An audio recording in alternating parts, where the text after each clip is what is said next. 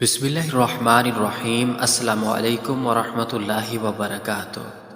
حضرت ابن عباس رضی اللہ تعالیٰ عنہ روایت کرتے ہیں کہ رسول اللہ صلی اللہ علیہ وآلہ وسلم اور آپ صلی اللہ علیہ وآلہ وسلم کے گھر والے بہت سی راتیں خالی پیٹ یعنی فاقے سے گزارتے تھے اور ان کے پاس رات کا کھانا نہیں ہوتا تھا، اور ان کا کھانا عام طور پر جو کی روٹی ہوتی تھی۔ رسول اللہ صلی اللہ تعالیٰ علیہ وآلہ وسلم نے فرمایا، قسم ہے اس پروردگار کی جس کے قبضہ قدرت میں میری جان ہے کہ اگر تم میں سے کوئی آدمی رسی لے کر جنگل کو چلا جائے اور لکڑیوں کا گٹھا باندھ لائے تو یہ اس سے بہتر ہے کہ وہ کسی کے پاس جا کر سوال کرے اور وہ دے یا نہ دے۔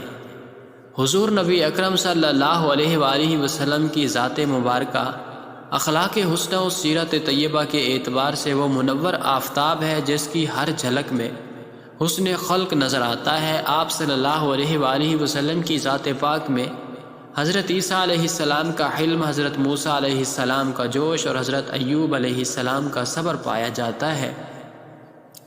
آپ صلی اللہ علیہ وآلہ وسلم نے تبلیغ اسلام کے لیے بستیوں اور بیابانوں میں اللہ کا پیغام پہنچایا، مخالفین کی سنگ زنی و سختیاں سہیں، حضرت ابراہیم علیہ السلام کی طرح وطن چھوڑا اور ہجرت کی، مگر پھر بھی دنیا انسانیت کو امن و محبت، رحمت اور سلامتی کا پیغام دیا۔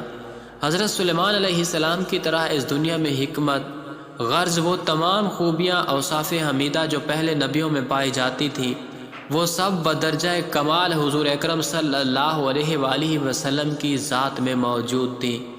اسلام ایک ابدی مذہب اور سرمدی اصول ہے، امن و سلامتی کا ذریعہ اور صلح و آشتی کا سرچشمہ ہے۔ قبل از اسلام دنیا کے حالات ناگفتہ بہ تھے، سینکڑوں خرابیاں اور بے شمار برائیاں سماج میں رائج تھیں، تو توحید کی جگہ شرک، خیر کی جگہ شر، امن کی جگہ جنگ اور عدل و انصاف کی جگہ ظلم و استبداد نے لے لی تھی۔ عورت کی معاشرے میں کوئی تکریم نہیں تھی، بیٹی کو زندہ درگور کر دیا جاتا تھا۔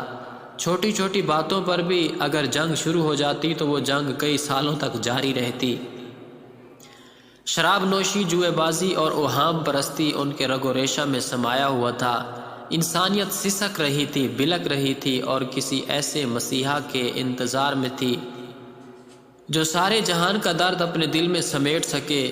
ان جاہلانہ رسومات، خود ساختہ مذہبی سماجی بندشوں، تہذیبی اور اخلاقی تنزلی، فتنہ و فساد، تخریب کاری، خرافات کا خاتمہ کر سکے، جو ایسی تحریک چلائے جسے اوہام پرستی کا خاتمہ ہو جائے، جہالت و گمراہی کے اندھیروں، ظلمت و جبر کی زنجیر کو توڑ کر غریبوں، بیواؤں، یتیموں اور کمزوروں کے استحصال کو روکے۔ بالآخر رب ذوالجلال کی رحمت جوش میں آئی، ظلم و بربریت کی تاریک میں ہدایت کا ایسا سورج طلوع ہوا جس کی روشنی سے ہر سو اجالا ہو گیا۔